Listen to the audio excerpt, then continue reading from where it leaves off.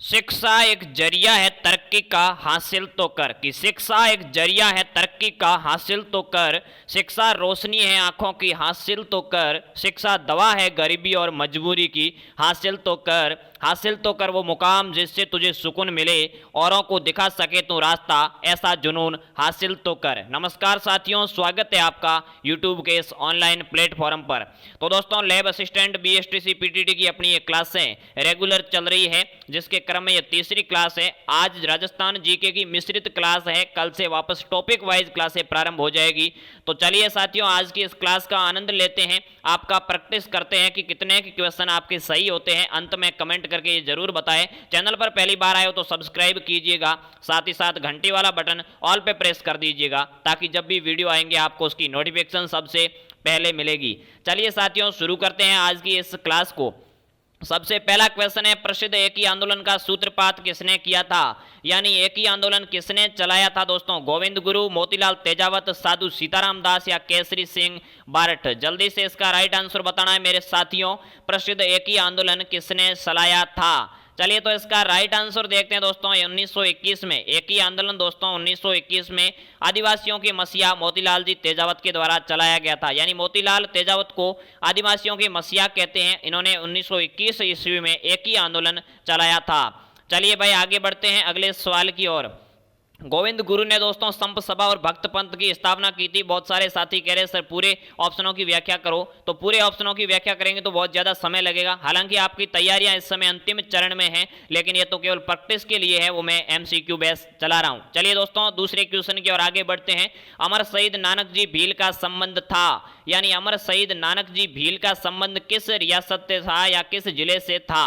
पहला ऑप्शन है दोस्तों डूंगरपुर, दूसरा है बांसवाड़ा, तीसरा बूंदी और चौथा शाहपुरा। जल्दी से सारे साथी कमेंट करके उत्तर बताएंगे। कई साथी कह रहे हैं कि सर प्रश्न बहुत सिंपल है। अरे भाई, प्रश्न सिंपल भी होते हैं, लेवल के भी होते हैं, हाई लेवल के भी होते हैं। यानी बहुत सारे सवाल परीक्षा में आपको सिंपल भी देखने को मिलेंगे, तो वो भी पढ़ने जरूरी है, और बहुत सारे हाई लेवल के क्वेश्चन भी मिलेंगे, वो भी मैं आपको बताने वाला हूं। चलिए दोस्तों, इसका राइट आंसर देखते हैं। अमर शहीद नानक जी भील का संबंध है वो बूंदी जिले से हो जाएगा। बूंदी में दोस्तों आपको पता है एक डाबी कांड हुआ था। डाबी कांड कब हुआ दोस्तों? 1923 में हुआ था। इस डाबी कांड में अंग्रेजों द्वारा गोलियां चलाई गई, जिसमें अमर शहीद यानी शहीद हो गए नानक जी भील है, वो शहीद हो गए। इनको टारगेट करके एक अर्जी गीत लिखा था एमएल वर्मा यानी माणिक्यलाल वर्मा के द्वारा। अर्जी गीत नानक जी भील को लिखा गया था। उसके बोल इस प्रकार से थे, अर्जी सुनता ही जाए जो हमारा नानक जी भील। आगे पूरा गीत है, वो आपको पता होना चाहिए। चलिए आगे बढ़ते हैं अगले सवाल की ओर। तीसरा सवाल है, राजस्थान के 33वें जिले प्रतापगढ़ का गठन किन जिला को मिलाकर किया गया है? यानी राजस्थान का 33वां और अंतिम जिला बना दोस्तों प्रतापगढ़। उसका गठन कौन कौन से जिलों को मिलाकर किया गया है? जल्दी से कमेंट करके इस प्रश्न का उत्तर जरूर दीजिएगा। पहला है डूंगरपुर, चित्तौड़गढ़, उदयपुर, बांसवाड़ा। दूसरा है बांसवाड़ा, उदयपुर, चित्तौड़गढ़। तीसरा है चित्तौड़गढ़, डूंगरपुर और बांसवाड़ा। चौथा है उदयपुर, चित्तौड़गढ़ और डूंगरपुर। जल्दी से इसका राइट आंसर बताना है आपको। चलिए तो दोस्तों, इसका राइट आंसर देखते हैं। इसका राइट आंसर चित्तौड़गढ़, उदयपुर और बांसवाड़ा हो जाएगा। चित्तौड़गढ़, उदयपुर और बांसवाड़ा कौन कौन से ऑप्शन में है? तो बी वाले ऑप्शन में इसका सही आंसर बी हो जाएगा। प्रतापगढ़ जिला आपको पता है कौन से संभाग में है? तो उदयपुर संभाग में हो जाएगा। 26 जनवरी 2008 को वसुंधरा राजे के प्रस्ताव के बाद इस जिले का गठन किया गया, तो इसका राइट आंसर अपना बी हो जाएगा। आगे बढ़ते हैं भाई चौथे सवाल की ओर। हवा महल का निर्माण किसने कराया था? जयपुर में दोस्तों एक बहुत बड़ी इमारत है, बलुआ पत्थर से बनी हुई, लाल पत्थर से। उसका निर्माण किसने कराया? जल्दी से आपको इसका राइट आंसर बताना है। पहला ऑप्शन है राजा मान सिंह, दूसरा है मिर्जा राजा जय सिंह, तीसरा स्वाई जय सिंह और चौथा स्वाई प्रताप सिंह। मैं लैब असिस्टेंट को ध्यान में रखते हुए क्लास को थोड़ा जल्दी से करने का प्रयास कर रहा हूं, तो उसके लिए पीटीटी और बीएसटीसी वाले जो साथी है वो जल्दी जल्दी उत्तर देने का प्रयास करें। चलिए दोस्तों, इसका राइट आंसर क्या होगा? इसका राइट आंसर हो जाएगा अपना हवा महल का निर्माण स्वाई प्रताप सिंह ने करवाया था। हवा महल कहाँ है दोस्तों? वैसे आपको पता ही है जयपुर में है। हवा महल कहाँ है दोस्तों? इसमें 953 खिड़कियां हैं, जाली झरोखे और 953 खिड़कियां बनी हुई है। ये दोस्तों किसने बनाया? इसका राइट आंसर स्वाई प्रताप सिंह हो जाएगा अपने चौथे प्रश्न का। कब बनाया? तो ये भी आपको पता होना चाहिए, 1799 में बनाया। और बहुत इंपॉर्टेंट इसकी जानकारी है कि इसका वास्तुकार कौन था? तो लाल चंद उस्ता था। कौन था भाई? लाल चंद उस्ता इसका वास्तुकार था, ये भी आपको याद रखना है। चलिए भाई आगे बढ़ते हैं अगले सवाल की ओर। पांचवा सवाल देखते हैं दोस्तों, राजियारा सोरठा नामक ग्रंथ के रचयिता कौन है? राजियारा सोरठा दोस्तों मेवाड़ी भाषा में लिखे हुए ग्रंथ है, दोहे हैं, तो इसके रचयिता कौन है ये आपको बताना है। राजिया के सोरठे मतलब री मनवार सुपके लावे चूरमो बिन मतलब मनवार राब न पावे राजिया, किसके द्वारा लिखा हुआ है भाई? पतराम गौड़ बांकीदास जी, कृपाराम चंडीदान चांदू। जल्दी से इसका राइट आंसर बताना है। राजियारा सोरठा नामक ग्रंथ की रचयिता या रचना किसने की है? चलिए तो इसका राइट आंसर हो जाएगा दोस्तों कृपाराम जी खिड़िया, जो मेवाड़ के थे, जगराम खिड़िया के पुत्र थे। इनका एक सेवक था राजाराम, राजाराम सेवक था, उसको टारगेट करके ये नीति के दोहे लिखे गए हैं। इसके कोई संतान नहीं थी, तो उसको अमर करने के लिए कृपाराम जी खिड़िया ने ये दोहे है वो मेवाड़ी भाषा में लिखे थे, जो बहुत ही प्रसिद्ध हुए और नीतिवाचक दोहे हैं। चलिए भाई आगे बढ़ते हैं अगले सवाल की ओर। छठा सवाल है, पाबूजी किसके अवतार माने जाते हैं? दोस्तों पाबूजी राठौड़ किसके अवतार माने जाते हैं? इसका जल्दी से, जिनका जन्म कोलूमंड जोधपुर में हुआ था। पहला है लक्ष्मण, दूसरा विष्णु, तीसरा राम और चौथा कृष्ण। दोस्तों इनके संबंध में एक कहानी आती है, वो भी मैं थोड़ी शॉर्ट में आपको बता देता हूं। ये लक्ष्मण के अवतार माने जाते हैं और सवाल रीट में पूछा गया है। अब आप कैसे कह सकते हो कि सवाल सरल है?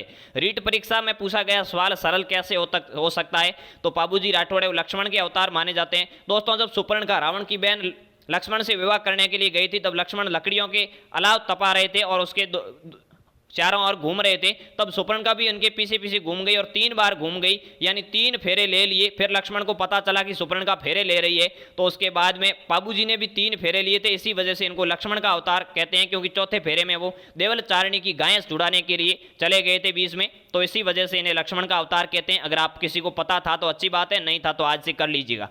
चलिए दोस्तों अगले क्वेश्चन की ओर आगे बढ़ते हैं। संत रैदास की सत्री निर्मित है। रैदास का दूसरा अन्य नाम है वो रविदास हो जाएगा। दोस्तों क्या हो जाएगा? रविदास है। ये मीरा के गुरु थे, मीरा मेड़तनी के ये गुरु थे दोस्तों, मीराबाई के रविदास जी। तो इनकी छतरी कहाँ है? उदयपुर में है, चित्तौड़गढ़ दुर्ग में है, बांसवाड़ा में है, डूंगरपुर में है। जल्दी से 7वें क्वेश्चन का राइट आंसर सारे साथी कमेंट करके जरूर बताएंगे। और रैदास जी है वो कबीर के समकालीन माने जाते हैं, मीरा के गुरु है। तो इनकी छतरी दोस्तों चित्तौड़गढ़ दुर्ग में हो जाएगा। इसका राइट आंसर बी सही हो जाएगा। आगे बढ़ते हैं अगले सवाल की ओर। 8वां सवाल देखते हैं, कौन सा किला जल दुर्ग की श्रेणी में आता है? जल दुर्ग वो होता है दोस्तों जो नदियों के किनारे हो, झीलों के किनारे हो या फिर जल के किनारे हो, वो जल दुर्ग कहलाता है। बहुत सिंपल परिभाषा है, लैब असिस्टेंट की तैयारी करने वालों को ये परिभाषा बताने की आवश्यकता भी नहीं है। सुवर्णगिरी हो जाएगा, आमेर हो जाएगा, सिवाना हो जाएगा, गागरोन हो जाएगा। स्वर्णगिरी जालोर है, आमेर जयपुर है, सिवाना बाड़मेर है और गागरोन झालावाड़ है। तो दोस्तों झालावाड़ का गागरोन दुर्ग है वो जल दुर्ग की श्रेणी में आता है। ये प्रसिद्ध जल दुर्ग माना जाता है काली सिंध और आऊ नदियों के संगम पे। इस दुर्ग से संबंधित दोस्तों एक क्वेश्चन बहुत इंपॉर्टेंट है, गीद कराई क्या है भाई? गीद कराई एक पहाड़ी है यहाँ, और उससे फेंक के अपराधियों को मृत्यु की सजा दी जाती थी। तो ये गीद कराई पहाड़ी कहाँ है? तो गागरोन दुर्ग झालावाड़ में हो जाएगा इसका सही। चलिए आगे बढ़ते हैं अगले। चलिए दोस्तों अगला सवाल है, लोधी मीनार कहाँ स्थित है, यानी किस स्थान पर स्थित है? भारत में लोधी वंश का शासन रहा है, तो लोधी मीनार कहाँ स्थित है आपको स्थान का नाम बताना है। पहला ऑप्शन है दिल्ली, दूसरा है बयाना, तीसरा है उज्जैन और चौथा है डीग। जल्दी से इसका राइट आंसर कमेंट करके बताना है, लोधी मीनार किस स्थान पर स्थित है। तो इसका राइट आंसर दोस्तों आपको पता ही होगा, बयाना भरतपुर है। क्या है भाई? बयाना भरतपुर में लोधी मीनार बनी हुई है, जो इब्राहिम लोधी के द्वारा बनाई गई थी। बाद में इसको मंदिर का रूप दे दिया गया भरतपुर के जाट शासकों द्वारा। चलिए भाई आगे बढ़ते हैं 10वें सवाल की ओर। पुरातात्विक स्थल रंग महल कहाँ स्थित है? दोस्तों पुरातात्विक सभ्यता है रंग महल, वो किस जिले में स्थित है? बीकानेर, झालावाड़, हनुमानगढ़, उदयपुर। जल्दी से इसका राइट आंसर कमेंट बॉक्स में बताना है, और ये कैसी सभ्यता है वो भी आपको पता होना चाहिए। पुरातात्विक स्थल रंग महल दोस्तों ये हनुमानगढ़ जिले में स्थित है, घग्गर नदी के तट पे, जिसका नाम सरस्वती नदी भी माना जाता है, इसे नट नदी, मृत नदी भी कहते हैं। और रंग महल है वो ताम्र युगीन सभ्यता मानी जाती है। चलिए भाई आगे बढ़ते हैं अगले सवाल की ओर। 11वां सवाल देखते हैं, कामड़ जाति के लोगों द्वारा किस लोक देवता के फड़ गाई जाती है? यानी कामड़ जाति के जो लोग हैं वो किस लोक देवता की फड़ गाते हैं, बांधते हैं? पहला है रामदेव जी, दूसरा है पाबू जी, तीसरा देवनारायण जी, चौथा रामदल्ला जी। जल्दी से इसका राइट आंसर बताना है भाई, रामदेव जी की फड़ कौन से लोग बांधते हैं?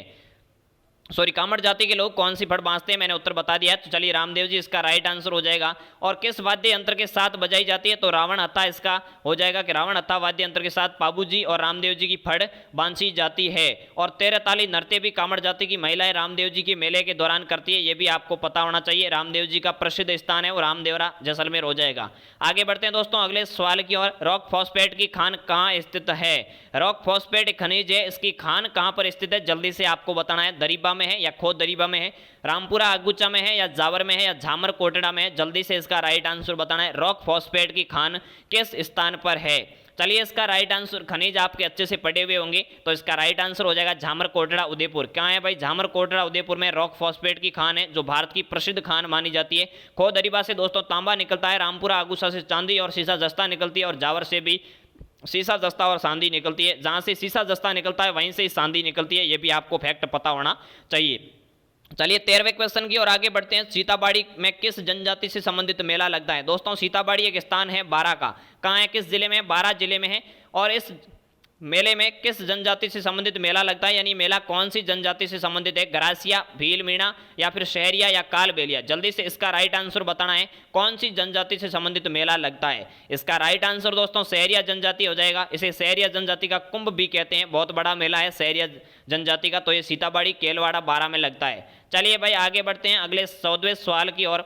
किसने माउंट आबू के राजस्थान में विलय के महत्वपूर्ण योगदान दिया है? एकीकरण की बात हो रही है। राजस्थान में जब माउंट आबू का विलय हुआ तो किसने महत्वपूर्ण योगदान दिया और विलय कब हुआ, यह भी आपको पता होना चाहिए। हीरालाल शास्त्री होगा, माणिक्यलाल वर्मा होगा, गोकुल भाई भट्ट होगा, सरदार वल्लभ भाई पटेल होगा। तो जल्दी से इसका राइट आंसर बताना है दोस्तों। 1 नवंबर, क्या है दोस्तों, 1 नवंबर 1956 को माउंट आबू सिरोही का विलय है वो राजस्थान में किया गया। तो ये किसके प्रयासों से किया गया? गोकुल भाई भट्ट, ये सिरोही के ही रहने वाले थे, इसे राजस्थान का गांधी भी कहते हैं। सरदार वल्लभ भाई पटेल क्या है दोस्तों, माउंट आबू को गुजरात में शामिल करना चाहते थे, क्योंकि बहुत बड़ा पर्यटक स्थल है, आमदनी की दृष्टि से बहुत अच्छा स्थल है। तो इस वजह से गोकुल भाई भट्ट ने विरोध किया और राजस्थान में माउंट आबू के विलय को अंतिम रूप दिया 1 नवंबर 1956 को। चलिए भाई 7वें चरण में इसका विलय हुआ। आगे बढ़ते हैं 15वें सवाल की ओर। जवार सागर बांध किस जिले में स्थित है और कौन सी नदी पर स्थित है, यह भी आपको पता होना चाहिए। एक सवाल के साथ आपको 3-3, 4-4 सवाल है वो आपको रिपीट होते जा रहे हैं। ज्वार सागर बांध किस जिले में है? झालावाड़, चित्तौड़गढ़, सवाई माधोपुर, कोटा, बूंदी। दोस्तों एक नदी बहती है राजस्थान में, चंबल नदी। क्या कौन सी नदी है भाई? चंबल नदी। इस पे 4 बांध है, चारों के आपको पता होना चाहिए। गांधी सागर बांध है वो दोस्तों मध्य प्रदेश के मंदसौर में हो जाएगा। फिर राणा प्रताप सागर बांध है वो चित्तौड़ में हो जाएगा। एक कोटा बैराज बांध है और एक ज्वार सागर बांध है। तो कोटा बैराज कोटा में हो जाएगा और ज्वार सागर बांध है वो कोटा और बूंदी में हो जाएगा। तो इसका राइट आंसर डी हो जाएगा। आगे बढ़ते हैं दोस्तों अगले सवाल की ओर। 16वां सवाल देखते हैं। राजस्थान का नवगठित 33वां जिला कौन सा है? तो आप कहोगे बहुत सरल सवाल है, लेकिन ये सवाल है वो कभी कभी पूछा जा सकता है। 26 जनवरी 2008 को राजस्थान का नवगठित जिला बना, उसका नाम क्या है दोस्तों? तो इसका राइट आंसर आपको पता ही है वैसे, प्रतापगढ़ हो जाएगा। किन जिलों को तोड़ के बनाया तो वो भी आपको पता है, चित्तौड़, उदयपुर और बांसवाड़ा को तोड़ के वसुंधरा राजे ने 26 जनवरी 2008 को प्रतापगढ़ का गठन किया था। और ये कौन से संभाग में, ये भी आपको पता होना चाहिए, उदयपुर संभाग में है और ये 33वां जिला है और अंतिम जिला है। चलिए भाई 17वें सवाल की ओर आगे बढ़ते हैं। जॉर्ज थॉमस द्वारा 1800 में राजस्थान के लिए क्या नाम दिया गया? 17वां सवाल है दोस्तों। जॉर्ज थॉमस एक इतिहासकार हुआ है, जॉर्ज थॉमस। इसने 1800 ईस्वी में राजस्थान के लिए क्या नाम दिया भाई? राजपूताना दिया, राजस्थान दिया, राजस्थान या मरुक्षेत्र? तो दोस्तों महर्षि वाल्मीकि की किताब है रामायण, उसमें मरुक्षेत्र मिलता है। राजस्थान नाम है और राजस्थान नाम है वो कर्नल टॉड ने अपनी पुस्तक में दिया था 1829 में, जबकि राजपूताना नाम है वो जॉर्ज थॉमस ने 1800 ईस्वी में, या फिर आपको 19वीं सदी भी ऑप्शन मिल सकता है, क्योंकि 1800 से लेके 1900 तक 19वीं सदी चलती है। तो इसका राइट आंसर 19वीं सदी भी माना जा सकता है और 1800 भी माना जा सकता है। चलिए भाई आगे बढ़ते हैं 18वें सवाल की ओर। राजस्थान के कुल कितने ऐसे जिले हैं जिनकी सीमा किसी न किसी दूसरे राज्य को स्पर्श करती है? यानी ऐसे कुल कितने जिले हैं जिनकी सीमा किसी न किसी दूसरे राज्य को स्पर्श करती है, तो आपको बताना है। यानी सीमावर्ती जिले कितने हैं? तो दोस्तों कुल सीमावर्ती जिले पूछे तो आपके 25 हो जाएंगे, यानी अंतर्राष्ट्रीय और अंतर्राज्यीय मिला के। केवल और केवल राज्यों से पूछे तो 23 जिले हो जाएंगे। और 2 जिले ऐसे हैं जो अंतर्राष्ट्रीय और अंतर्राज्यीय दोनों सीमाएं बनाते हैं, बाड़मेर और गंगानगर। तो इसका राइट आंसर क्या होगा भाई? किसी न किसी दूसरे राज्य से स्पर्श करते हैं, तो राज्य को पूछा है तो 23 हो जाएगा इसका राइट आंसर। बाकी आप ये फैक्ट्स जो मैंने बताए हैं वो ऑप्शन के आधार पे आप कर सकते हो। 19वां सवाल देखते हैं दोस्तों। राजस्थान की किस प्रसिद्ध झील पर नटनी का सबूतरा स्थित है? राजस्थान की ऐसी कौन सी प्रसिद्ध झील है जिस पर नटनी का सबूतरा स्थित है? आप कहोगे सर ये तो बहुत सरल सवाल है, लेकिन आप ये बताओ कि नटनी की सतरी कहाँ है? जल्दी से कमेंट करके बताओ नटनी की सतरी कहाँ है। भाई जिन्होंने पूरा वीडियो देखा है उनको ही पता चलेगा, लास्ट तक जो बने रहते हैं। ये प्रश्न का उत्तर है आपको कमेंट बॉक्स में करना है। नटनी की सतरी किस दुर्ग में स्थित है? कल वाले वीडियो में इस क्वेश्चन पे चर्चा कर लेंगे। और नटनी का सबूतरा है वो पिछोला झील, उदयपुर हो जाएगा इसका राइट आंसर। चलिए भाई कमेंट बॉक्स में जरूर बताइएगा नटनी की सतरी कहाँ है। 20वां और अंतिम सवाल देखते हैं। राजस्थान की खारे पानी की सर्वाधिक झील किस जिले में है? राजस्थान की खारे पानी की सर्वाधिक झीलें कौन से जिले में है दोस्तों? जयपुर में होगा, जोधपुर में होगा, नागौर में होगा या बाड़मेर में होगा? जल्दी से आपको बताना है। बाड़मेर में दोस्तों खारे पानी की झील पचपदरा झील है, बहुत बड़ी झील है। जयपुर में सांबर झील है और इसका राइट आंसर हो जाएगा दोस्तों नागौर। नागौर में डीडवाना है, कुचामन है, नावा है, बहुत सारी खारे पानी की झीलें हैं, तो इसका राइट आंसर नागौर हो जाएगा। चलिए साथियों, क्लास कैसी लगी कमेंट करके जरूर बताएं। आगे भी अगर आपका सपोर्ट रहा तो क्लासें रेगुलर होती जाएगी। तो मिलते हैं किसी नेक्स्ट क्लास में, तब तक के लिए खुश रहिए, मस्त रहिए, पढ़ते रहिए। जय जय राजस्थान, जय भारत, जय हिंद।